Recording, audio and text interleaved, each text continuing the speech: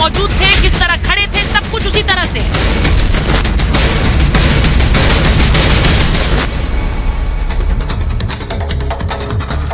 नमस्कार, आपके साथ मैं हूं सुचेता कुकरेती। आप देख रहे हैं महाभारत, और महाभारत में आज बात एक्शन तो अभी शुरू हुआ है। जी हां, एक्शन तो अभी शुरू हुआ है। माफिया पर एक्शन, अतीक के कातिलों को पकड़ने के लिए एक्शन। अतीक के कत्ल के क्राइम सीन को आज रिक्रिएट किया गया। वो तस्वीरें दिखाई है रिक्रिएशन की। हत्यारों को पकड़ने के लिए 2 लोग अतीक और अशरफ बने तो 3 लोग हत्यारे बने। ये एक्शन एक और हो रहा था। वहीं दूसरी तरफ जो तस्वीरें आप देख रहे हैं, ये रिक्रिएशन का एक्शन आज दिखा, तो वहीं अतीक गैंग पर एक्शन के साथ ही बाकी माफिया भी डरने लगे हैं।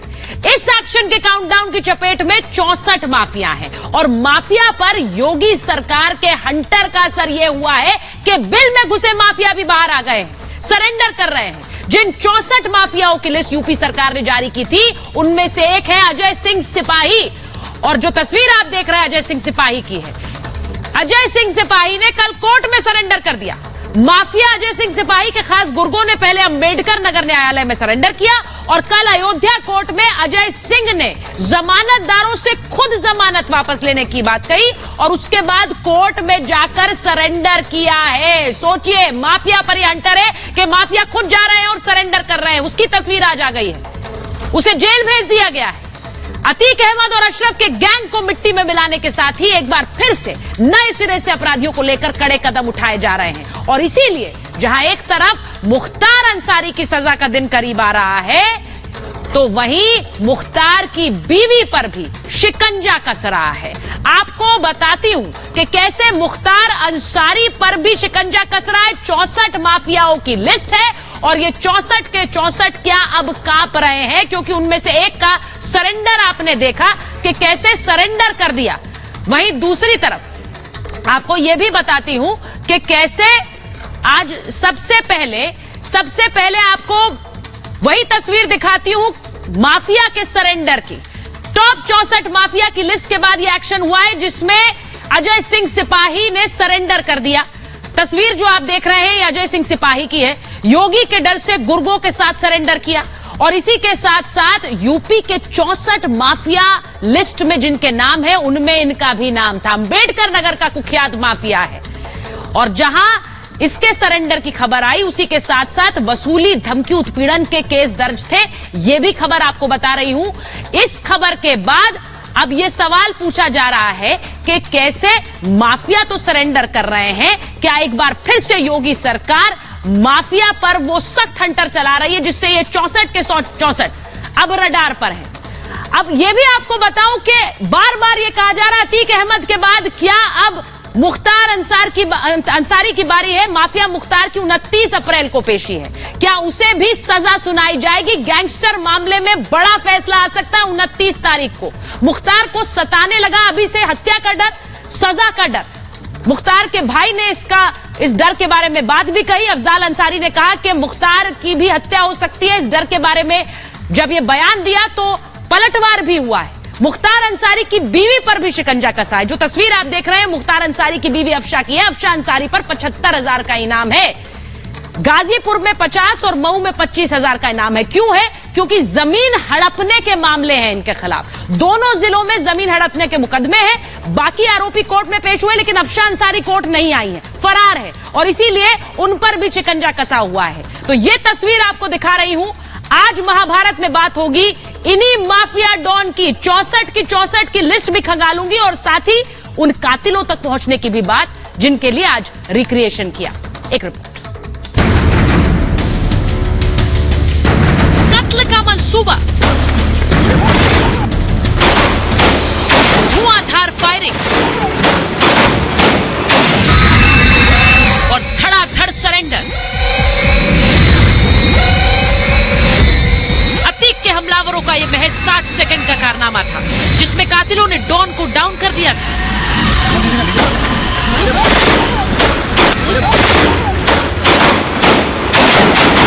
अतीक और उसके भाई अशरफ के हत्याकांड को जिस तरह अंजाम दिया गया, उसे अब रिक्रिएट किया है।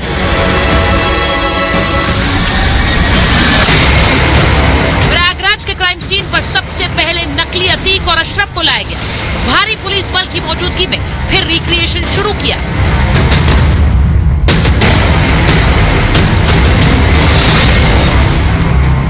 गाड़ी से उतरता है साफा बांधकर, वो तस्वीर हम आपको दिखा रहे हैं। बिल्कुल ठीक उसी तरह ये पूरा सीन रिक्रिएशन जो है वो दर्शाया जा रहा है। 15 अप्रैल की रात को 10:30 बजे कैसे अतीक और अशरफ गाड़ी से उतरकर आए, फिर मीडिया ने उनसे सवाल करना शुरू किया और हत्यारों ने कनपट्टी पर रिवॉल्वर तान कर कैसे हत्याकांड को अंजाम दिया। ये पूरा वाकया हूबहू उसी तरीके से फिल्माया गया, बस इसके किरदार नकली थे मगर जांच असली थी। पूरे सीन को रिक्रिएट किया जा रहा है। अतीक अहमद और अशरफ की भूमिका में दो शख्स कॉल्विन मेडिकल कॉलेज के भीतर पहुंचे हैं। सवाल पूछने का सिलसिला, और ये देखिएगा पहला फायर, लगातार फायरिंग कर रहे हैं। जमीन पर अतीक अहमद और अशरफ आपको नजर आ रहे हैं। पुलिस अभिरक्षा के बीच कैसे ये पूरी वारदात जिसको अंजाम दिया गया। अतीक के कातिलों तक पहुंचने के लिए पुलिस अफसरों की दो स्पेशल टीमें जुटी हैं। कत्ल कैसे हुआ उसे फिर से देखा गया। वहीं हत्याकांड के सुराग जानने के लिए जुडिशियल इंक्वायरी कमीशन भी मैदान में उतर गया है। न्यायिक आयोग क्राइम सीन पर पहुंचा। आयोग के 3 सदस्यों ने पड़ताल शुरू की।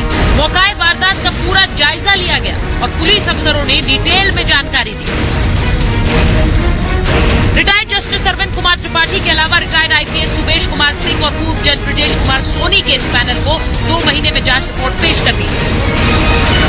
एसआईटी की टीम हम यहाँ पर देख रहे हैं जो यहाँ पर डिस्कशन करती हुई, जांच पड़ताल करती हुई नजर आ रही है। न्यायिक आयोग जो यूपी सरकार की तरफ से गठित किया गया है ताकि इस मामले की गंभीरता के साथ जांच पड़ताल हो सके, निष्पक्ष जांच पड़ताल हो सके। लेकिन इसी जांच के साथ साथ यूपी में माफिया पर भी योगी जीरो टॉलरेंस नीति अपना रहे हैं। तभी तो एक माफिया के खात्मे के बाद बाकी माफिया खुद ब खुद बिल से बाहर आ रहे हैं और बड़े बड़े माफिया डॉन अब अपनी सजा का इंतजार कर रहे हैं। Bureau report, Republic Bharat.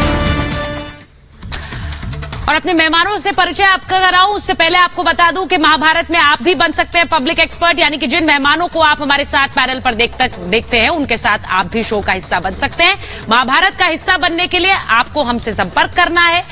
8291952326 पर हमसे संपर्क करें और मेरे यानी सुचरिता के साथ आप महाभारत में बनिए पब्लिक एक्सपर्ट। हमारे आज के पब्लिक एक्सपर्ट कौन है उनसे आपसे आगे मिलाऊंगी, लेकिन पहले आपको बता दूं कि हमारे साथ आज महाभारत में कौन कौन मेहमान जुड़ रहे हैं। हमारे साथ बीजेपी के प्रवक्ता राकेश त्रिपाठी जी जुड़ रहे हैं। हमारे साथ स्टूडियो में प्रेम प्रकाश जी हैं, फॉर्मर एडीजी प्रयागराज हैं। हमारे साथ रंजन द्विवेदी जी हैं, फॉर्मर डीजीपी यूपी। हमारे साथ जुड़ रहे राजेश पांडे जी, फॉर्मर आईपीएस हैं और यूपी में जो एसटीएफ के संस्थापक सदस्य रहे हैं, यानी यूपी एसटीएफ को बनाने खड़ा करने में उनका रोल रहा। मनोज सिंह काका जी हमारे साथ हैं, समाजवादी पार्टी के राष्ट्रीय प्रवक्ता हमारे साथ जुड़ रहे हैं। मैं और ये भी बताऊं असद मोहम्मद हमारे साथ हैं जो आज बताएंगे कि कैसे अतीक अहमद का आतंक उन्होंने झेला है और उसके वो गवा रहे हैं। लेकिन मैं सबसे पहले बड़ी खबर आपको बता देती हूं।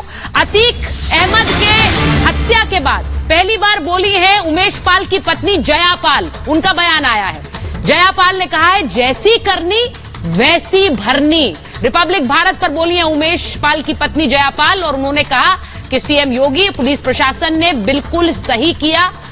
आंसू बहाने वालों ने हमारा नहीं सोचा, ये भी बात कही है जयापाल, जो कह रही है जैसी करनी वैसी भरनी। मैं इसी से शुरुआत कर लेती हूं, एक बार सुनवा देते हैं क्या कह रही है जयापाल।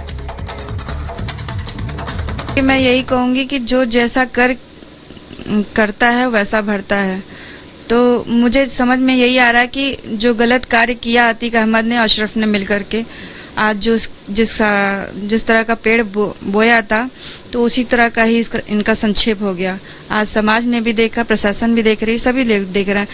तो मैं यही जानती हूँ कि जैसा जो करता है वैसा भरता है। और मैं सीधे शुरुआत कर रही हूँ मनोज जी आपके साथ, इसलिए कर रही हूँ क्योंकि जयापाल जी का बयान आपने सुना। वो कह रही हैं जैसी करनी वैसी भरनी, और जैसी करनी वैसी भरनी। हमने आज तस्वीरें भी देखी कि कैसे माफिया सरेंडर कर रहे हैं। ये तस्वीरें किसी तरह का कॉन्फिडेंस आपको लगता है यूपी के लोगों में भर रही होंगी?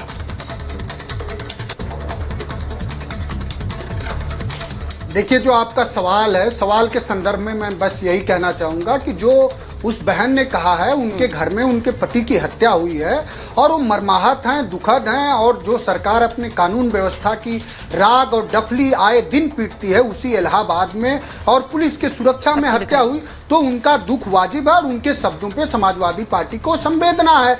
और दूसरा सवाल जो है, जो अतीक के साथ हुआ वो सिर्फ पुलिस सुरक्षा ही नहीं है, आप भी जानती होंगी कि वो न्यायालय के, माननीय उच्चतम न्यायालय की अभिरक्षा में था, माननीय उच्च न्यायालय की अभिरक्षा में था। तो क्या हमारा कानून, हमारा पुलिस बल और ऐसा हो गया है कि अब न्यायिक सुरक्षा में भी लोगों की हत्याएं की जाएंगी? तो ये एक अपराध खत्म हुआ और दूसरे और अपराधियों का बढ़ा। जो आपका तीसरी बात है कि अपराधी सरेंडर कर रहे हैं, जो 64 अपराधियों की लिस्ट आई है उसमें भी पूर्वांचल के कई जिलों के मुख्यमंत्री जी के स्वजाति अपराधियों को छोड़ा गया। मुख्यमंत्री जी से भारतीय जनता पार्टी की सरकार से समाजवादी पार्टी की अपील होगी कि अपराधियों के खिलाफ निष्पक्षता से आप कार्रवाई करिए। आप जाति पहले आप लोग कहते हैं लिस्ट जारी कर दीजिए, लिस्ट जारी होती है तो आप कहते हैं इसमें स्वजाति क्रिमिनल नहीं है, उसमें ढूंढते हैं आप लिस्ट में जाति क्या है, अच्छा स्वजाति वाले नहीं है, इसमें छोड़ दिया है। और फिर अभी जब कोई सरेंडर करता है तो फिर आप उस पर नहीं बोलते हैं। मैं सिर्फ पूछ रही हूं सर कि ये सरेंडर जो हो रहा है माफिया का, क्या कोई डर होगा तभी तो सरेंडर कर रहे हैं? ये अच्छी तस्वीर नहीं है क्या यूपी के लिए? काका जी, उसके बाद राकेश त्रिपाठी।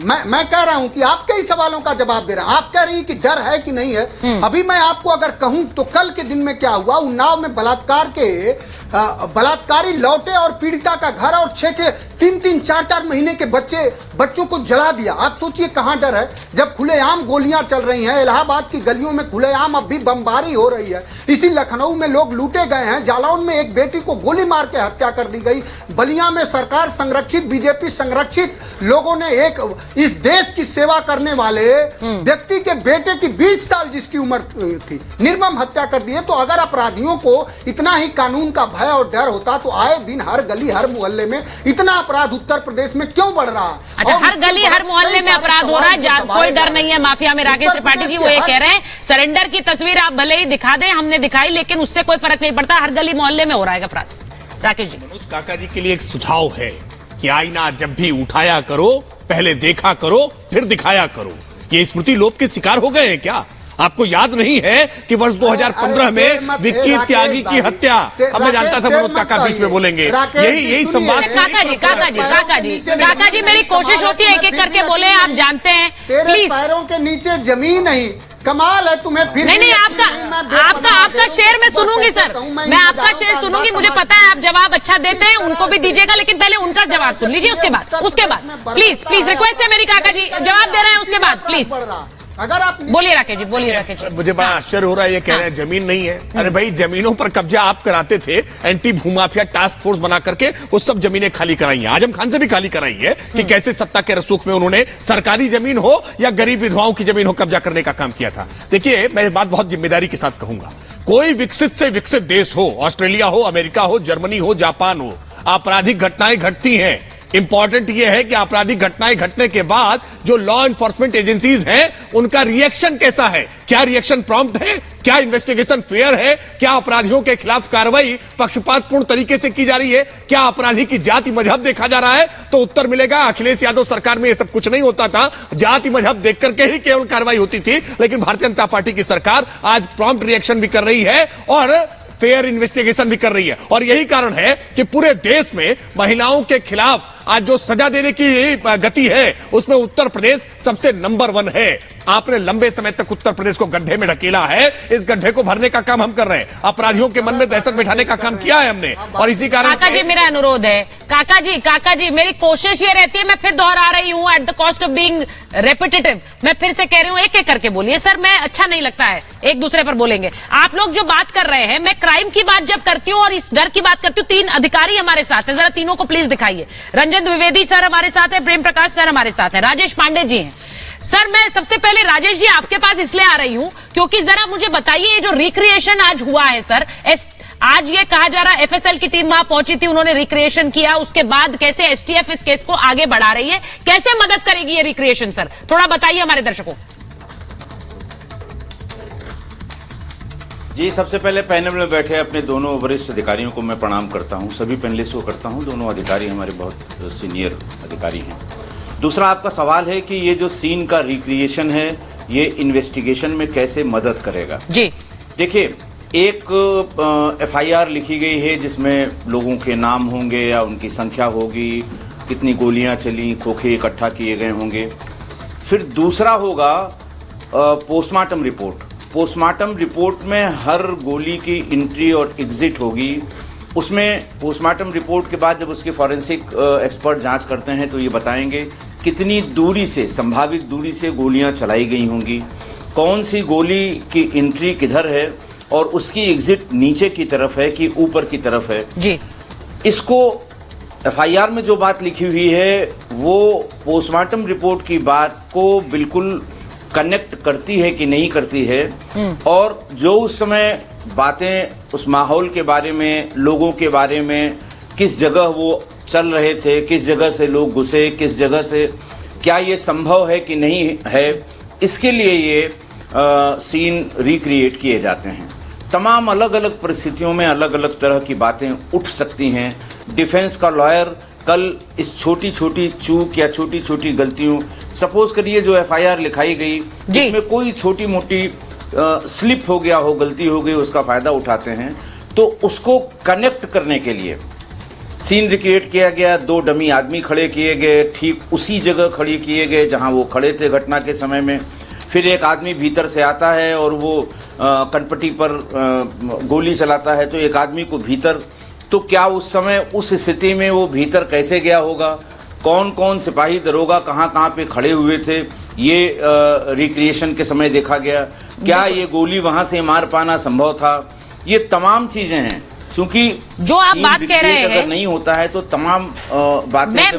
मैं एक बार रंजन द्विवेदी जी के पास जा रही हूँ। राजेश जी, मैं सर आपसे ये पूछूंगी कि जिस तरह से एक तरफ क्राइम सीन रिक्रिएट हो रहा है, ये इस वक्त बहुत जरूरी है कि यूपी पुलिस असल कातिलों तक पहुंचे, क्योंकि ये कोई मान नहीं रहा है कि इन्हीं तीनों ने और इसी मोटिव के साथ किया। पहले तो मैं पूछूंगी आपसे, आपको क्या लगता है इस पर। और दूसरी चीज, उसी के साथ साथ जो एक सरेंडर की तस्वीर भी आई आज, जो माफिया सरेंडर कर रहे हैं, आपको लग रहा है यूपी में माफिया के मन में एक डर है और ये डर अच्छा है, जरूरी है? देखिए सुजाता, आपका जो प्रश्न है जी, उसका मैं स्पष्ट उत्तर दूंगा। पहली बात तो समझने की यह है कि उत्तर प्रदेश अगर कोई देश होता तो विश्व का 5वां सबसे बड़ा देश होता। तो इतने बड़े भूखंड में कुछ न कुछ क्राइम होना ये लाजमी है, होता रहेगा। मुद्दे की बात यह है कि ऑर्गेनाइज्ड क्राइम न हो, संगठित अपराध न हो, और उस पर माननीय योगी जी ने, मौजूदा सरकार ने उसमें शिकंजा कसा है। और मुझे पूरा विश्वास है कि जो आप दिखा रहे हैं, देखिए ये मुख्तार अंसारी का इस समय जी, मैं आपको बताऊं, देखिए मैं मायावती जी की मैं बड़ी इज्जत करता हूं और उनको प्रणाम करता हूं, लेकिन मायावती जी के कार्यकाल के भी लॉ एंड ऑर्डर बहुत अच्छा था। लेकिन जिस प्रकार का शिकंजा इस सरकार में माफिया पे कसा जा रहा है, संभवतः उसमें थोड़ा सा कमजोरी थी। मैं आपको उसका उदाहरण देता हूं। सन 97 में नंद किशोर रुंगा जो कोषाध्यक्ष थे टीएचपी के, उनका अपहरण हुआ और मर्डर हो गया। मैं उस समय माननीय गवर्नर साहब के साथ मैं रंजन सर, मैं आपका जरा ऑडियो ठीक करा रहा हूं। आपका ऑडियो बहुत ठीक नहीं आ रहा है, थोड़ा सा उसमें ग्लिचेस हैं, मैं उसको ठीक करा के वापस आती हूं। जो बात रंजन सर ने बोली है, मैं एक बार काका जी से रिएक्शन ले लूं। काका जी, वो कह रहे हैं कि मायावती जी की मैं तारीफ कर रहा हूं, वो कह रहे हैं मायावती जी की तारीफ करता हूं, उन्होंने लॉ एंड ऑर्डर ठीक किया, लेकिन उससे बेहतर काम इस वक्त की सरकार में है जहां पर यह डर है। काका जी, आप शेर भी सुना सकते हैं। देखिए, कोई किसकी प्रशंसा कर रहा है, उसमें कोई किसी की प्रशंसा किसी राजनीतिक व्यक्ति को कर रहा है, उसमें हमें किसी तरह की समाजवादी पार्टी को तकलीफ नहीं। लेकिन क्या जो मैं आंकड़े आपको दे रहा हूं, क्या सच नहीं है कि कल बलात्कारियों ने लौट करके और पीड़िता के 2 छोटे बच्चों को जला दिया। जालौन में खुलेआम एक बेटी को गोली मारी गई। आप तो एक ख्यातिलब्ध पत्रकार हैं, उत्तर प्रदेश की जो तस्वीरें हैं आपको विचलित कर सकती हैं। और अब पूरी तरह से उत्तर प्रदेश में अगर ये सरकार निष्पक्षता के आधार पर कोई निर्णय लेती। चूंकि वो लोग जो अपराध करने वाले हैं वो जानते हैं कि चाहे जितना भी अपराध करिए उसमें बचने की एक शर्त है कि मुख्यमंत्री जी का स्वजाति रहिए और दूसरा वो कि सरकार समर्थित नारे बोल दीजिए। और तो ये तो बहुत बड़ा आरोप है काका जी, ये बहुत बड़ा आरोप है। आप कह रहे हैं कि मुख्यमंत्री की जाति के जो माफिया है या अपराधी हैं उन पर कार्रवाई नहीं होती, आप यही आरोप लगा रहे हैं? नहीं, मैं पूछ रही हूं, फिर से खुलकर बोलिए ना सर, ये बड़ा आरोप लगा रहे हैं राकेश जी, बताएंगे? बिल्कुल लगा रहे हैं। अब मैं अपने शब्दों का वापस ये देखिए, प्रत्यक्ष को किसी के प्रमाण की आवश्यकता, आप भी जानती हैं, मुझे पता है आप जानती हैं, राकेश भाई खूब अच्छे से जानते हैं, क्या नहीं जानते राकेश जी? लेकिन ये बता नहीं सकते, ये बोल नहीं सकते। नहीं बोल सकते, मैं आपके बीच में बोल करके गुस्ताखी नहीं करता ना, जैसा आप करते हैं कि जब चाहो तब हल्ला बोल दो। हम संवाद की एक परंपरा जानते हैं ना, इसलिए आप शांत होकर के सुनिएगा। आपने सवाल उठाया, आप थोड़ा ध्यानपूर्वक सुनिए। मैं जानता हूं चिल्लाएंगे काका का अभ्यास है ये कि पहले सवाल खड़े करो और उत्तर देते समय लगातार चीखो, हल्ला बोल की नीति ले। यही समाजवादी पार्टी का चाल चेहरा चरित्र है और इसलिए धैर्यपूर्वक सुनिए। ये जाति रखते रखते आपकी मानसिक दरिद्रता आ गई है और इसीलिए जाति न पूछो साधु की, पूछ लीजिए ज्ञान। एक गोरक्षनाथ पीठाधीश्वर की बार बार जाति कह करके आप जानबूझ करके उसी मजहबी तुष्टिकरण पर आते हो कि कैसे गोरक्षनाथ पीठाधीश्वर को अपमानित किया जाए जाति का नाम लेकर के। सच्चाई ये नहीं है कि आदित्य राणा का भी एनकाउंटर हुआ है, क्या जाति थी उसकी? आप जाति जानना चाहते हैं? उठा करके लिस्ट देखिए, जितने अब तक 183 अपराधी मारे गए हैं, उन अपराधियों की जाति क्या है, उनका मजहब क्या है? बंद करिए ये जाति और मजहब की राजनीति ने उत्तर प्रदेश को रसातल में ढकेल दिया था। उत्तर प्रदेश को जाति मजहब की राजनीति से उबार करके हम सामने लेकर के आए हैं। लेकिन ये मनोज काका ये आदत से मजबूर, ये हमेशा जातिवाद के ऐसी पट्टी पड़ी हुई है कि जातिवाद से आगे देख नहीं पाते। इसलिए मनोज काका ये जाति रखना बंद करिए और जरा योग्यता के आधार पर, क्योंकि आपके लिए जाति ही आधार होती थी, थानों में पोस्टिंग करना जाति ही आधार होती थी, यूपीएससी का रिजल्ट निकालना जाति ही आधार होती थी, जितने भर्ती आयोग हैं उनके अध्यक्ष की नियुक्ति करना। इसलिए जिसने जाति ही हमेशा देखी हो उसे जाति ही दिखाई पड़ती है। लेकिन मनोज काका मैं एक बार इन्वेस्टिगेशन को लेकर देखिए यही हाल होता है। अगर मैं ना रोकूं, अगर बीच में एंकर ना आए तो दो राजनेता हैं, नेताओं को बोलने से तो कोई रोक नहीं सकता है। फिर आप दोनों ऐसे बोलेंगे कि कोई बाकी को बोलने का समय नहीं मिलेगा। मैं एक बार जरा बताती हूं, इन्वेस्टिगेशन से जुड़ी इंपॉर्टेंट चीज है। मैं जरा बताऊं कि जब तीनों ही जो हत्यारे हैं उनसे पूछताछ हो रही है और उन पर क्या खुलासा हुआ है, जरा विक्रांत तरह चलाएंगे हम। अतीक के हत्यारों को लेकर जो बड़ा खुलासा हुआ है, इसके बाद मैं प्रेम प्रकाश सर के पास जाऊंगी।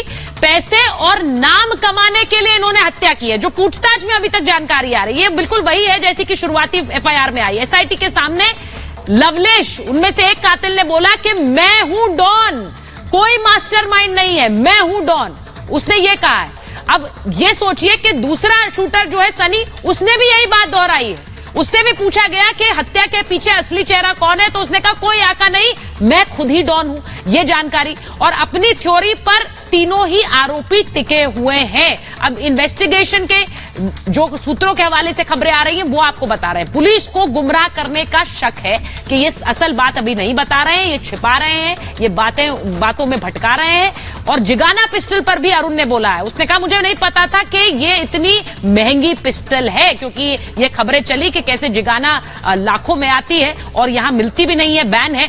सनी ने सुंदर भाटी से संपर्क भी कबूला है। अब ये सारी इन्वेस्टिगेशन के दौरान की चीजें हैं जो सामने आ रही हैं, जो सूत्रों के हवाले से आ रही है। मैं फिर दोहराऊंगी। प्रेम प्रकाश सर, मैं आपसे पूछूंगी, ये जो थ्योरी बार बार ये हत्यारे दे रहे हैं, क्या इसे हजम कर पाएंगे आप सर? के कह रहे हैं मैं खुद ही डॉन हूं, मैं कोई मेरा आका नहीं है, मैंने ही सोचा और मैंने ही किया, और तीनों यही बात कह रहे हैं।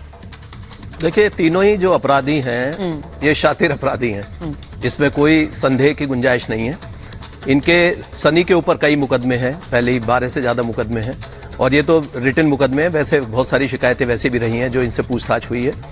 उसके बाद लवलेश के भी खिलाफ मुकदमे हैं, और ये जितने भी अपराधी हैं तीनों, ये जो बोल रहे हैं, इनको पता है, ये जानते हैं, जहां से भी ट्यूटर्ड हैं, इनको पता है कि इनका पुलिस के सामने जो भी बयान दे रहे हैं वो कहीं कोर्ट में एडमिसिबल नहीं है।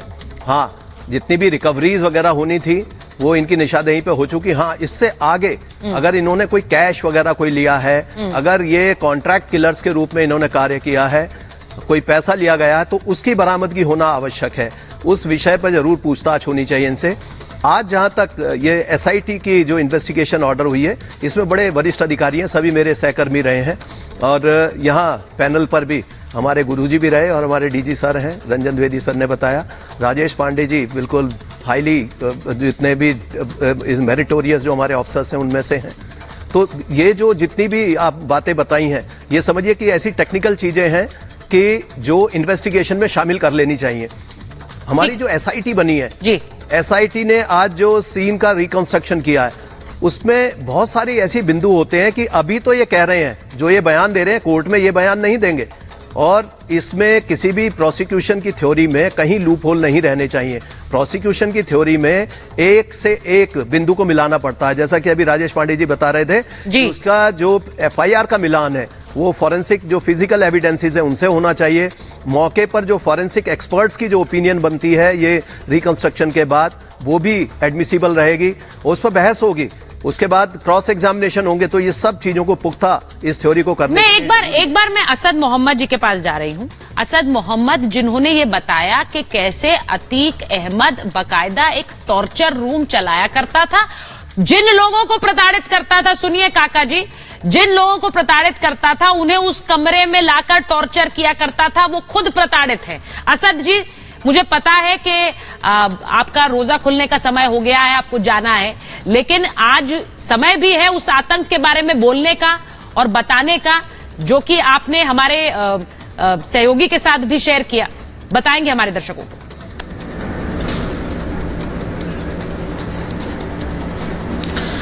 पहली बात तो मैडम, मेरा नाम असद मोहम्मद नहीं है, मेरा नाम मशहूद अहमद है। और मेरे जो फादर का जो मामला था सन 2001 का मामला है जी। 2001 में मेरे पापा जो है भारतीय जनता पार्टी के सक्रिय नेता भी थे और हज कमेटी के मेंबर भी थे जी। और डॉक्टर मुरली मनोहर जोशी के साथ उनकी घनिष्ठ मित्रता भी थी, जिसकी वजह से वो अक्सर घर के में आना जाना, शहनवाज हुसैन उड़ैन मंत्री थे उस टाइम, उनका घर पे आना जाना, तो इससे उनको तकलीफें होती थी क्योंकि वो खुद उस एरिया के अपने आप में एक डॉन थे, अपने आप में उनका एक वर्चस्व था। वो उस एरिया में किसी नए लोगों को या नई किस्म के बंदे को नहीं जनरेट करना चाहते थे कि वो उनसे आगे जाएं। तो वो अक्सर पापा को बुलाना, लेकिन हमारे अब्बू जो हैं कभी आज तक न किसी के आगे दबे न कभी कहीं झुके हैं। वो अपना जोशी जी के ही साथ कदम पे कदम चलते चले गए। 2004 को डॉक्टर मुरली मनोहर जोशी का बर्थडे था, 5 तारीख को, जब 5 जनवरी को उनके बर्थडे में वो घर से निकले और साथ में उनके इखलाक वो निकला।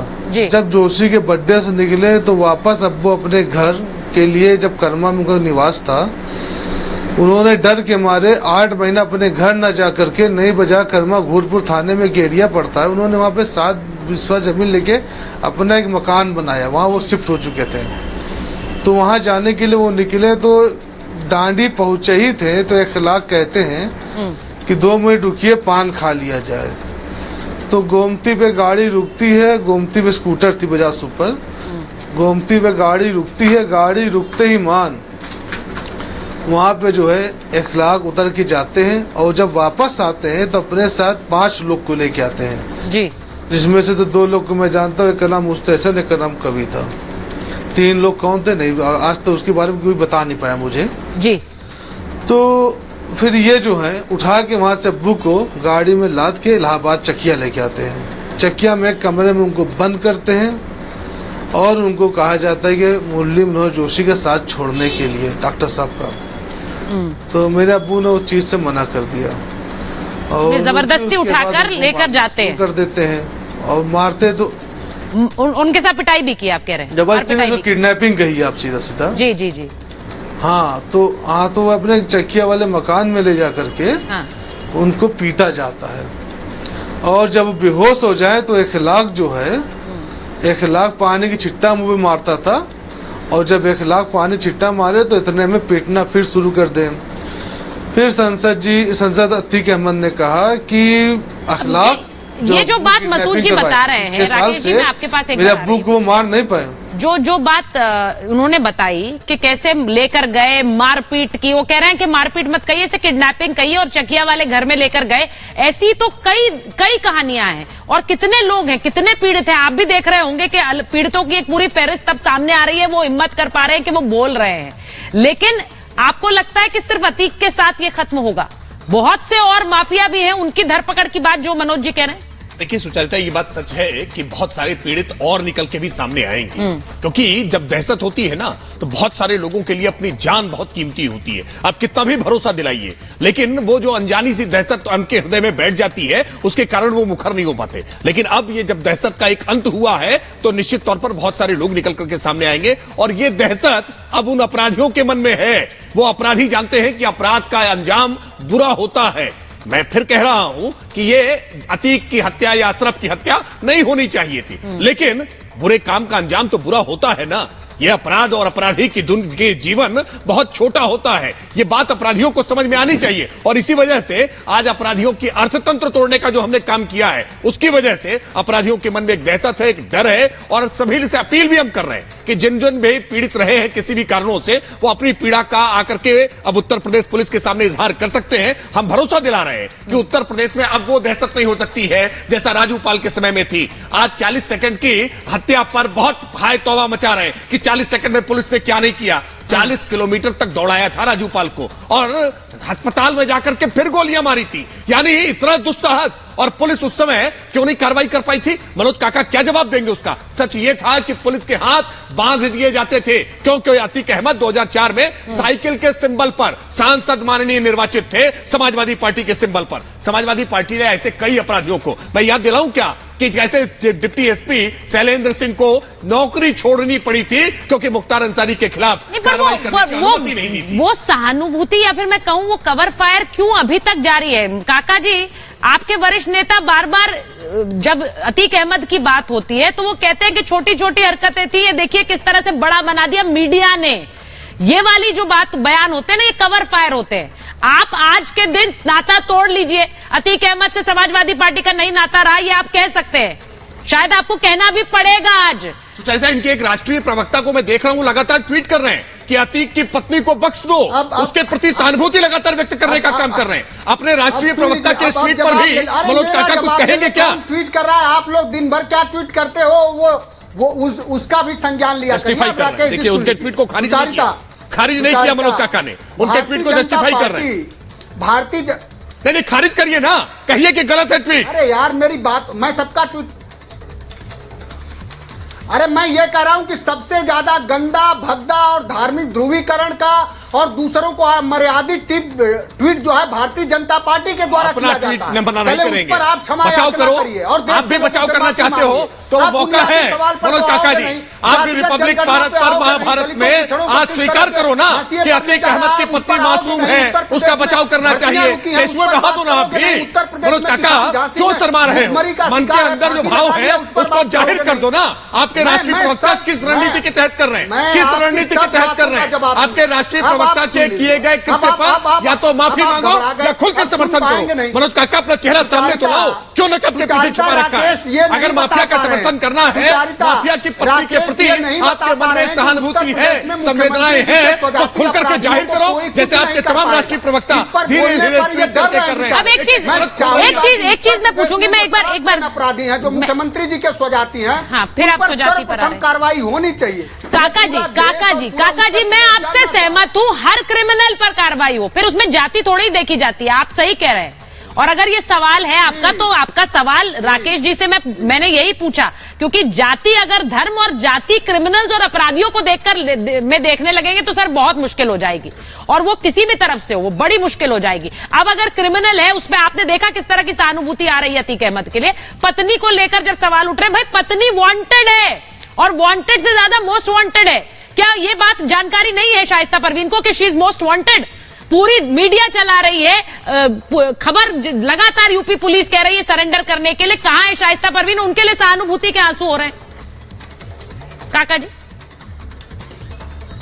देखिए, समाजवादी पार्टी की सुचारिता आपके माध्यम से अनेक बार कहा गया, ये एक तरह से ये सरकार समर्थित बयान होता। समाजवादी पार्टी किसी भी अपराधी के प्रति, उसका कोई भी अपराधी हो, उसके प्रति सरकार का यह दायित्व है कि कड़ी से कड़ी कार्रवाई करे। लेकिन सरकार एक अपराध में और सरकार एक जगह के सिर्फ अपराध को दिखा करके, जहां अभी रोज बमबारी हो रही है, पूरा उत्तर प्रदेश का पुलिस प्रशासन वही है और अभी वहां के गलियों में बमबारी हो रही है, आप भी देख रही। हाँ। लेकिन उसके आड़ में उत्तर प्रदेश के 75 जनपद में हो रहे अपराध को, इस देश में जहां 8-8 एसी लगा करके एक गृह मंत्री बैठे हुए थे, वहां इस देश की आम जनमानस लू से मर गई। देखिए, मैं एक बड़ी खबर बता दूं, जब आप शाइस्ता परवीन की बात कर रहे हैं, इस बीच मुख्तार अंसारी की पत्नी की धरपकड़ तेज हो गई है। गाजीपुर में पुलिस की 3 टीमें रवाना हुई हैं। गाजीपुर में 3 टीमें रवाना हुई हैं। गैंगस्टर एक्ट में गिरफ्तारी हो सकती है। जमीन कब्जा करने का केस में अफशा फरार है। ये 2 अलग अलग मामले हैं, दोनों ही जमीन हड़पने के मामले हैं। जो तस्वीरें आप देख रहे हैं मुख्तार अंसारी की पत्नी अफशा की है और अफशा फरार है। इस पूरे मामले में, जमीन हड़पने के मामले में, बाकी लोग जो आरोपी हैं वो कोर्ट में पेश हुए हैं। ये लगातार पेशी से भागती रही हैं। अब सवाल मेरा ये है, मैं प्रेम प्रकाश जी आपसे पूछ रही हूं, मेरा सवाल ये है कि अगर इसी तरह से भागती रहेंगी तो फिर हश्र क्या होगा? जिसको सरेंडर के लिए कहा जाए, चाहे वो शाइस्ता परवीन हो या फिर अफशा हो, सरेंडर के लिए कहा जाएगा तो फिर पुलिस उनकी धरपकड़ के लिए तेजी करेगी। फिर सहानुभूति क्यों ऐसे लोगों के लिए जो सामने नहीं आते? महिलाओं के लिए पुलिस काफी लिबरल रहती है जी। जैसे कानून भी कहता है कि रात में उनकी गिरफ्तारी ना की जाए, दिन में ही गिरफ्तारी की जाए। उसके बाद पूछताछ में भी काफी लिबरल रवैया अपनाया जाता है। लेकिन उसके बावजूद भी ये सामने नहीं आ रहे, इसका अर्थ ये है कि इनको कहीं ना कहीं से पीछे से इनको तैयार किया जा रहा है, क्योंकि ये सहभागी रहे हैं। मैंने नजदीक से देखा, जैसे जितना भी इसका नेटवर्क था अतीक का, उसमें शाइस्ता परवीन का बिल्कुल खुलेआम उसका सहयोग रहता था। और पैरवी में भी, जब मैं कार्यालय में वहाँ एडीजी जोन के पद पर था, तो वहाँ लगातार इनके द्वारा पैरवी की जाती थी और कई स्तरों पर मिला। एक बार मेरे ऑफिस में भी ये अपनी पूरी टीम लेकर आई और उसमें इन्होंने अपने आप को निर्दोष, अपने बेटों के लिए तमाम तरह की, जैसे कि क्रिमिनल का परिवार करता है पैरवी, उस तरह से पैरवी की। तो उनको एक ही बात बताई कि आप कानून के दायरे में जो अब तक आपने किया है उसका तो आपको हिसाब किताब देना होगा। लेकिन उसके बाद आप सोचते हैं, इनका कहना था कि हम पर फर्जी मुकदमा ना लगाया जाए, तो हमने आश्वस्त किया कि फर्जी मुकदमा ना आप पर लगाया गया है अभी तक कोई और ना लगेगा। हाँ, लेकिन आप करोगे कुछ भी तो बचोगे नहीं।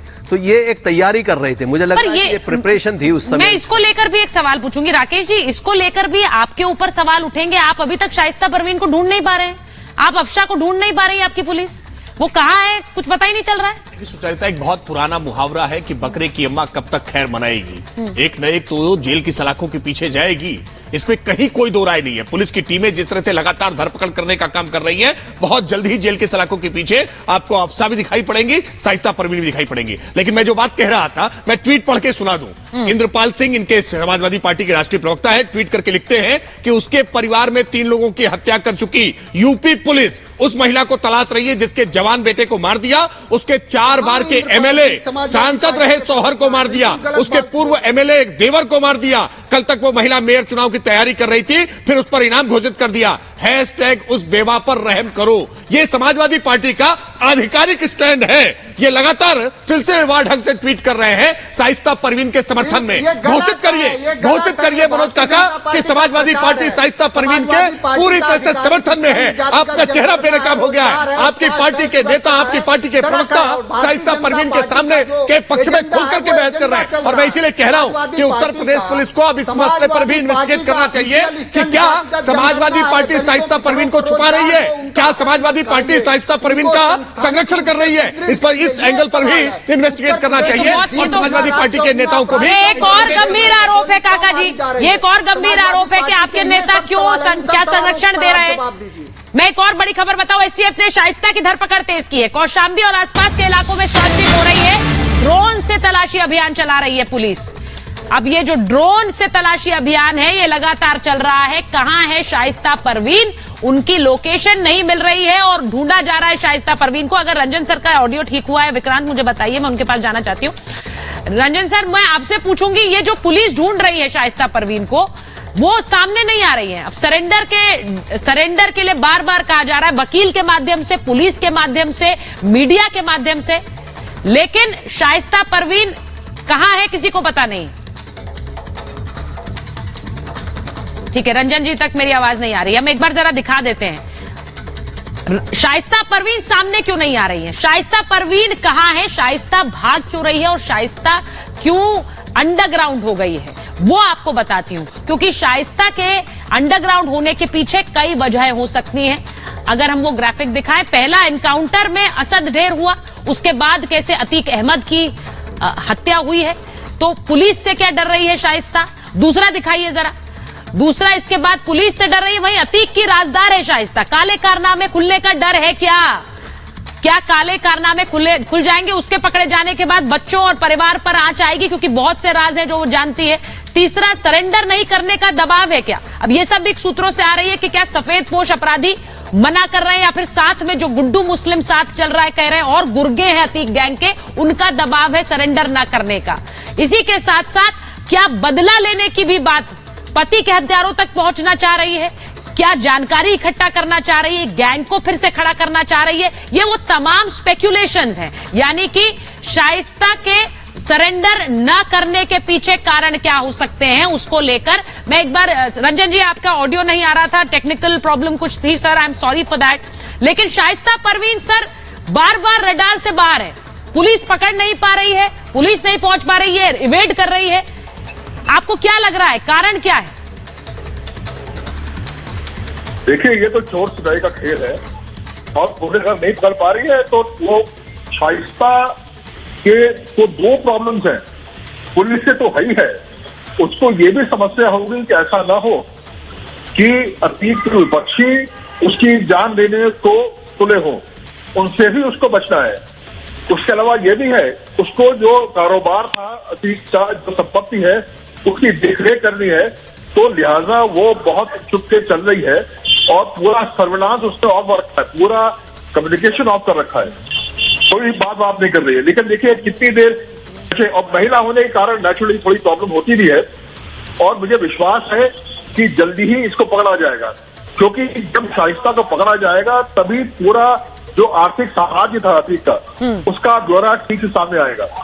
निश्चित तौर पर उसको सफलता मिलेगी उसमें। बिल्कुल सर, जैसा आपने कहा, वो पकड़ी जाएंगी, सरेंडर करेंगी, तभी बहुत से राज खुलेंगे। मैं एक बार सर अपने आज के पब्लिक एक्सपर्ट के पास जाना चाहती हूँ, क्योंकि शशांक सूरी गाजियाबाद से हमारे साथ जुड़ रहे हैं, और उनसे पूछना चाहती हूँ। शशांक, बहुत बहुत धन्यवाद, पब्लिक एक्सपर्ट बनकर आप महाभारत में आज जुड़े हैं। आज आपका सवाल क्या है, किससे है सवाल?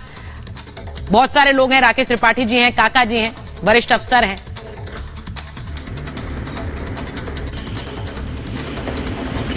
बहुत बहुत धन्यवाद सुचारिता जी। देश का नंबर 1 चैनल राष्ट्रहित और समाज हित से जुड़े मुद्दे उठाता है और आम आदमी को अपनी बात रखने का मौका देता है। इसके लिए आपकी पूरी टीम को धन्यवाद। Thank you. पिछले 15 दिन में जो भारत की जनता ने यूपी में देखा, उसे देखकर जनता खुश है। एक माफिया की सजा क्या होनी चाहिए, यह तो उसके परिवार के लोग ही बता सकते हैं, जिन्होंने उसके आतंक को झेला है। पर इस पर कुछ लोग गंदी राजनीति चमकाने में लगे हुए हैं। सुचारिता जी, मेरा सवाल यह है कि अगर माफियाओं का आतंक खत्म करने के लिए ऐसे मॉडल को अपनाया जाए तो इसमें क्या बुराई है, जिस मॉडल से माफिया खुद थाने में आकर सरेंडर कर रहे हैं?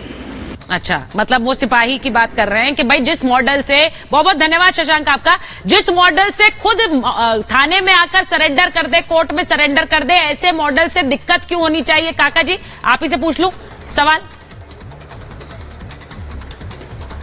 नहीं, बिल्कुल नहीं होनी चाहिए, लेकिन उसी के आड़ में और बहुत सारे अपराध जो हर रोज हो रहे हैं उसको दबाया नहीं जाना चाहिए। और वो सिर्फ सरकार समर्थित ही नहीं, बल्कि जनता समर्थित, जो उत्तर प्रदेश के जनमानस में भय और आतंक का जो माहौल पैदा किया जा रहा है। जो सवाल है कि आपने क्या नहीं देखा, जालौन में क्या हुआ, क्या झांसी में हुआ, क्या बलिया में किस तरह से एक नौजवान की हत्या कर दी गई, अभी कल उन्नाव में किस तरह से एक बलात्कार पीड़िता के घर आकर के बलात्कार उसके 3 महीने 4 महीने के बच्चों को जला देते हैं। अभी लखनऊ में सरेआम स्नैचिंग हो रही है, लूटा जा रहा है। अब तो जब राजधानी की गलियों में आतंक ये हो, इलाहाबाद प्रयागराज की गलियों में, मैं आपसे सहमत हूं।